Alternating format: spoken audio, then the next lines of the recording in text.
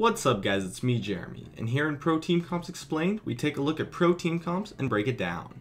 Today's composition is the split push comp. Let's get started. So a composition that focuses on split pushing is going to be one that evokes the 1-3-1 split push, where you have a solo pusher top and bottom, while your three other players hold the mid lane. You generate tons of pressure through your push while generally avoiding fights in order to take only objectives. A 1-4 split push is also possible, but it does not create as much pressure, and so it isn't always the best option. Your objective is then to hold out on that push for as long as possible.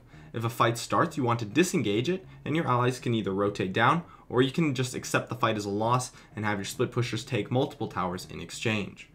So, in building this composition, you want to have 3 ranged pushers with wave clear that can defend a siege easily, and 2 duelists that will be your split pushers. You will usually want to put the duelist top, mid, or jungle. I like champions such as Lee Sin, Jax, Kha'Zix, Zed, Shyvana, or other high DPS assassins for being your duelists, as they can push down towers quickly, as well as being able to win most 1v1s versus opponents. They do a great job of solo pushing and being able to create pressure even if they have a somewhat poor early laning phase. Now, for your 3 ranged champions, I like to have an AD carry with heavy wave clear and massive range, such as Caitlyn, Tristana, or Sivir, and then get a support that can also help with the wave clearing, such as Morgana, Thresh, or Annie, and then we can play a safe mid laner that will make your wave clears as a group of 3 almost instant. Someone like Ziggs, Lux, or Lulu will make disengaging easy and make defending a siege versus a team of 4 or 5 opponents very possible. All those champions as well do a great job of being able to siege if your opponents send multiple champions to fight your solo pushers, as they can push fast as well as being able to disengage and defend. Keep in mind that the champions I listed are simply just my top picks for the composition and are not really set in stone. I didn't spend too much time coming up with them, and as long as the champion follows the guidelines given, it should do just fine. For bans, I would suggest banning Caitlyn if you're not going to pick her, as she makes defending a siege against incredibly difficult due to her massive range and reliable laning phase. Other than that, banning champions that can outduel your duelists work well, but a lot of those types of champions aren't popular enough to be worthy of a ban, such as Jax and to some extent Nasus. But just ban champions that you know your solo pushers probably will not be able to duel. And watch out for assassins as well, as they can make pushing down the middle lane as 5 versus this comp incredibly easy by giving a solid tower dive presence. Alright, now for playing this composition. As with most comps, the laning phase is pretty standard and plays out normally, since team comps don't really affect the way you play out the laning phase anyways. However, the transition out of the laning phase for the split push comp is incredibly important.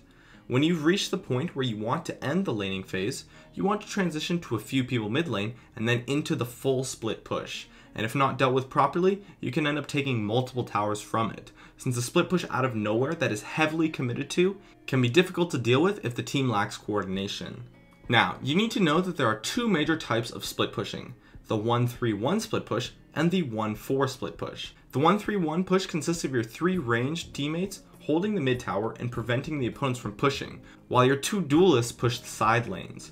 The goal is to get an uneven ratio of players in one of the lanes, such as 4 people mid, 2 people top, or something like that. This will leave one of your lanes open for an easy push, while the other lane simply backs off for a bit or defends the opponent's push. If your opponent responds with a 1-3-1 setup as well, based on your picks, you should still come out on top in that situation too. Your goal here is always going to be to take objectives, to take towers. It is never to set up a team fight. You only want to team fight in this comp after you have gained a huge gold lead from the towers you've taken.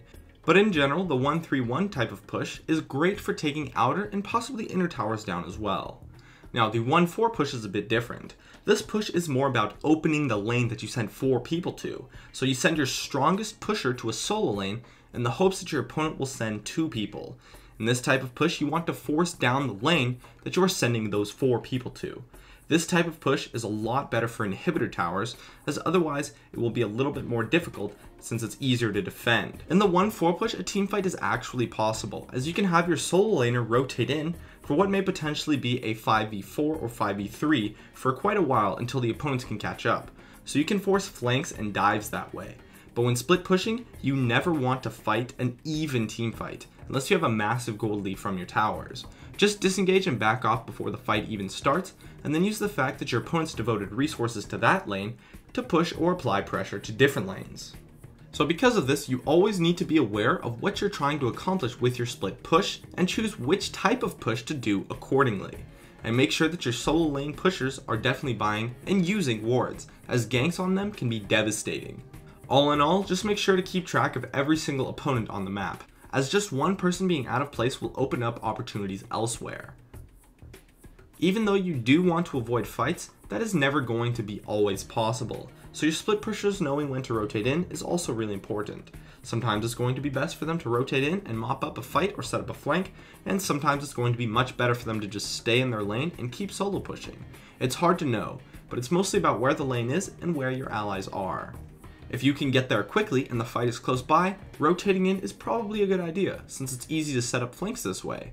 Whereas if they're far away, staying in that solo push lane will force the opponents to back after the fight anyways. So even though you messed up and your main group of people got into an unwanted fight, your solo pushers will likely be able to take 1 or 2 towers during the fight, and then the opponents will get no objectives because they need to back immediately to deal with the split pushing pressure.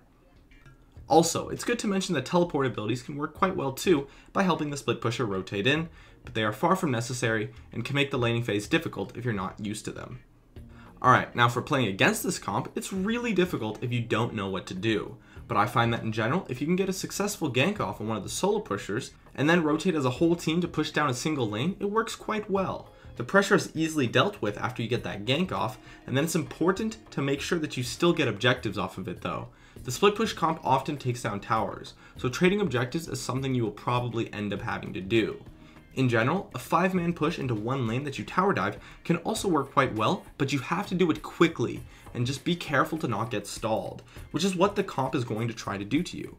And if all else fails, out-split pushing them is something that is actually possible, and if you can do it, it's very effective. You simply just match the amount of players in each lane, and if you can win the straight-up duels or defend the sieges, you might be in a good spot, since they're forced to overextend due to them pushing. In general, just make sure that your team does not get outplayed by the constant rotations. You need to stay on your toes and constantly predict what the opponents will do next, and do so in a coordinated way, as otherwise they can easily take advantage of it. My name is Jeremy, and that's it for my video on the split push composition. If you enjoyed this video, feel free to check out some of my others on the screen right now, or stay connected at facebook.com/gamingcurios. I'd love it if you could support me with a like, and make sure to subscribe for some more awesome content in the future if you enjoyed this video. As always, thank you so much for watching, and I'll see you guys next time.